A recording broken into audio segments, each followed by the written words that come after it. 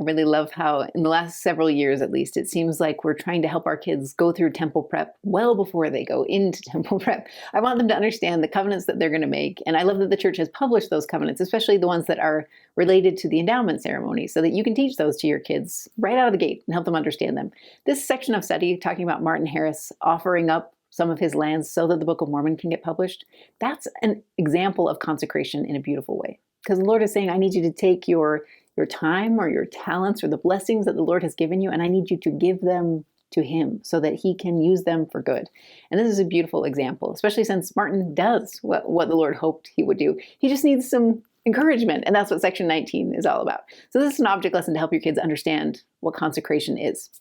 Basically, you're going to need 2 clear jars. For us, I thought it was helpful to have one of those be a measuring cup, just because it has a spout, a liquid measuring cup. It doesn't have to be that. You can even use clear plastic cups if you wanted to do this with a big youth group or something, but it helps. It's a little bit easier if you can make a little point or a spout on that measuring cup.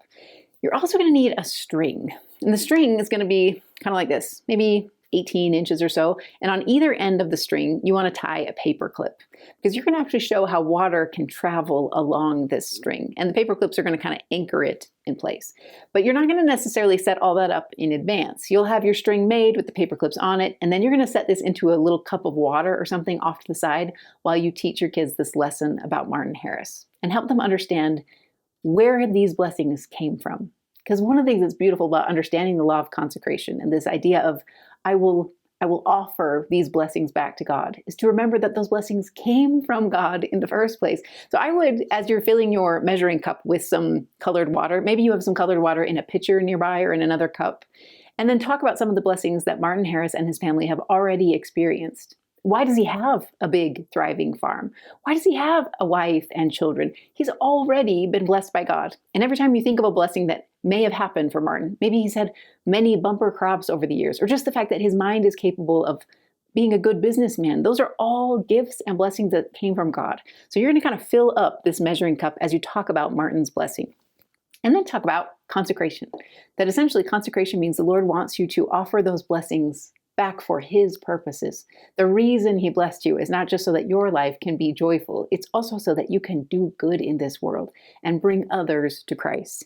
It's just kind of scary. This leap of faith is scary. So this is when you're going to show the empty cup that the Lord wants you to pour into. And I would talk to your kids about if they were going to transfer this water, these blessings to this cup, how would they hold their hands? And chances are they're going to put their hands right together and keep it as close as possible.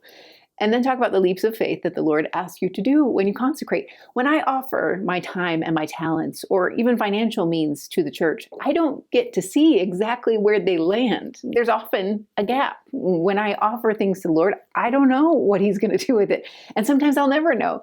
But what he promises is it will never be wasted. But that's Martin's fear in this moment. Essentially what he's seeing is the Lord saying, you're going to hold this way up here and put this jar way down here, and I want you just to start to pour. And Martin knows gravity, and he's like, that's just going to waste my money. If I put all this money and sell my farm and nobody buys these books, it'll just waste it, and that'll put my family at risk. And so he panics, and he needs a commandment. Beauty of the Lord is what he promises Martin in this moment. This is when you're going to pull the string back out. So you've got the string that's been soaking in water. That's an important step. It won't work as well without the water-saturated string. And the paper clips are essentially just going to hold your string in place. You're going to attach one end to the spout area of the measuring cup. And the other end, you're going to attach to the inside of your cup.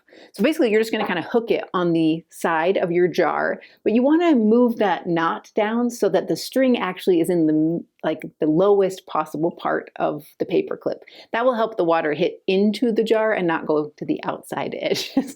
So once you get that in place, you're going to talk to your kids about those leaps of faith. When you consecrate these blessings that the Lord has given you, and you trust that somehow this is going to work together for your good, it's like slowly pouring that measuring cup. You want to do it pretty slow. This is going to take a second. But what you'll see is that water on that saturated string, instead of falling straight down like it normally would, it travels. It goes along that string and coats it. In fact, if you used colored water and a colored string, you can see this a lot more clearly. You can see that water hug the surface of that string and make its way all the way down into that other container. You can get almost every drop to transfer, but it only works if you do this in his way. That's what Martin learned. At first, nothing sold. The town threatened to boycott. Nobody was going to buy these books of Mormon. But as they reached outward and took the Book of Mormon to other places, they ended up needing to reprint the Book of Mormon because all those copies were sold and gone.